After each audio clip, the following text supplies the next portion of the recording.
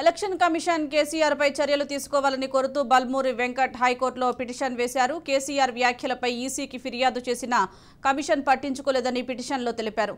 కొత్త ప్రభాకర్ పై జరిగిన దాడి ఘటనను బాన్స్వాడ సభలో కేసీఆర్ మాట్లాడిన వ్యాఖ్యలపై ఆయన పిటిషన్ వేశారు. ఎన్నికల ప్రసంగంలో విద్వేషాలు రెచ్చగొట్టే విధంగా కేసీఆర్ ప్రయత్నం చేశారని పిటిషన్లో పేర్కొన్నారు.